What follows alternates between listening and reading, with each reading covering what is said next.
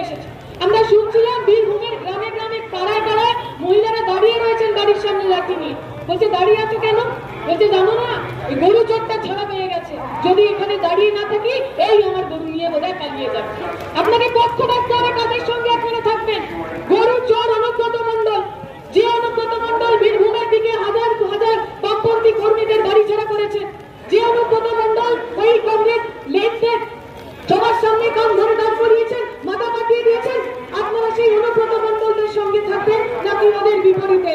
সেই দিনকে ওই সপ্তাহী গাড়ি আটকে ছিল যারা, সেই মীনাক্ষী, ধ্রুবদা, দেবাঞ্জন, প্রণয় কলকান্তের সামনে দাঁড়িয়ে স্পষ্ট করে বলবেন আমার মাটি আমার মা ধর্ষকদের হবে না, আমার মাটি আমার মা তৃণমূলের হবে না।